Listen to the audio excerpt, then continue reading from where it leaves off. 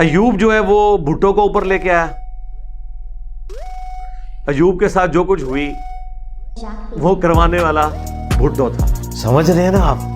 ہاں، بھٹو ضیاء الحق کو اوپر لے کے آیا. بھٹو کے ساتھ جو کچھ ہوا وہ کروانے والا ضیاء الحق تھا. مشرف کو کون اوپر لے کے آیا؟ نواز شریف. نواز شریف کے ساتھ جو کچھ ہوا اسی نے کیا. اس کے بعد دوبارہ نواز شریف کے ساتھ جو کچھ ہوا انہی کے ذریعے ہوا, اور عمران خان صاحب کے ساتھ جو کچھ ہوا انہی کے ذریعے ہوا. دیکھ لیں, یہ ایپیسوڈ ریپیٹ ہوتے رہتے ہیں, لیکن لوگ تاریخ سے سبق نہیں سیکھتے. لوگ سمجھتے ہیں کہ ہمارے ساتھ یہ کچھ نہیں ہوگا. مجھے وہ ضمن یاد آ گیا تاریخ الخلفاء میں, تو ہم نے کیا کہا تھا, رکو ذرا صبر کرو. جلال الدین سیوطی نے نقل کیا ہے, اس کی ہیڈنگ بنائی ہے کوفے کے محل میں سروں کی ترتیب. کوفے کے محل میں سروں کی ترتیب. عبد الملک بن مروان کے سامنے سر کاٹ کر جب رکھا گیا مصعب بن زبیر جو اشرم وشرا عبداللہ ابن زبیر,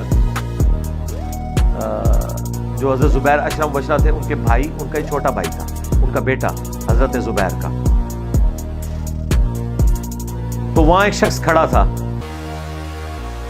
وہ تو آپ کو پتا ہے وہ پرسنل سیکرٹری جو آج کل جس طرح پرائم منسٹر کے ہوتے ہیں, پرائم منسٹر چینج ہوتے رہتے ہیں, کابینہ وہی رہتی ہے, چند ایک لوگ چینج ہوتے ہیں, باقی مالی ہو گئے, دودھ دھونے والے ہو گئے, ڈرائیور ہو گئے, وہ کوئی بھی پرائم منسٹر آئے اس کے ساتھ ہوتے ہیں.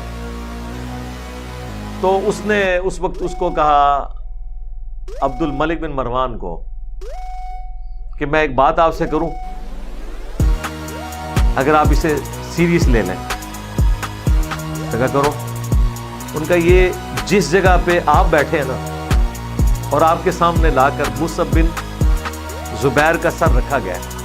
کچھ عرصہ پہلے آپ کی سیٹ پہ مصعب بن زبیر بیٹھا تھا اور اس کے سامنے مختار ثقفی کا سر رکھا ہوا تھا, اور اس سے کچھ عرصہ پہلے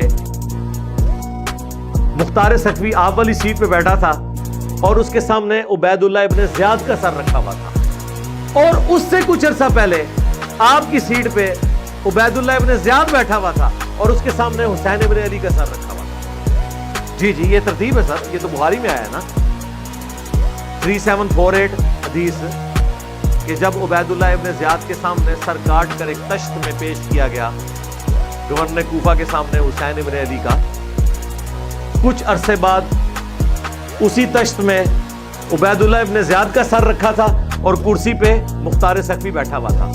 کچھ عرصے بعد اس تشت میں اس مختار ثقفی کا سر رکھا ہوا تھا اور کرسی کے اوپر مصعب بن زبیر بیٹھا ہوا تھا.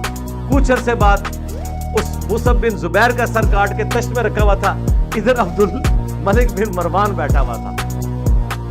جب اس نے سٹوری سنی نا, انہوں نے کہا اٹھو جی تو چکو سارا کچھ. اس نے محل ہی ختم کر دیا. انہوں نے کہا جی بھائی جی تو اسی نو شفٹ کرنا ہے, بغداد شفٹ کرو, ٹھیک ہے نا, وہ اپنا جو دارالخلافہ ہے وہ شام شفٹ کرو جی, کوفے تو میں نے رہنا ہی نہیں ہے. انہوں نے ختم کرتا. بغداد تو پھر عباسیوں نے بنایا تھا, انہوں نے کہا ہم نے شام کو بھی نہیں, دمشق کو بھی نہیں رکھنا. انہوں نے پھر نیا سٹی بغداد. اس کے اوپر نا وہ انہوں نے تاریخ الخلفاء میں نا ہیڈنگ بنائی ہوئی ہے, کوفے کے محل میں سروں کی ترتیب. ٹھیک ہے, پاکستان کے پرائم منسٹر ہاؤس میں بھی یہ ترتیبیں بنتی ہیں, بعض کے سر کٹے بعض کے نہیں کٹے, بل پوسٹیں سب سے چھینی ہیں. یہ تاریخ ہے جو اپنے آپ کو ریپیٹ کرتی رہتی ہے. سمجھ رہے ہیں نا آپ؟ ہاں, تو تیرا کیا بنے گا کالیا نا, او پرانیاں گلاں پرانے کی دے, پرانے بابے تے شے ہی کوئی نہیں.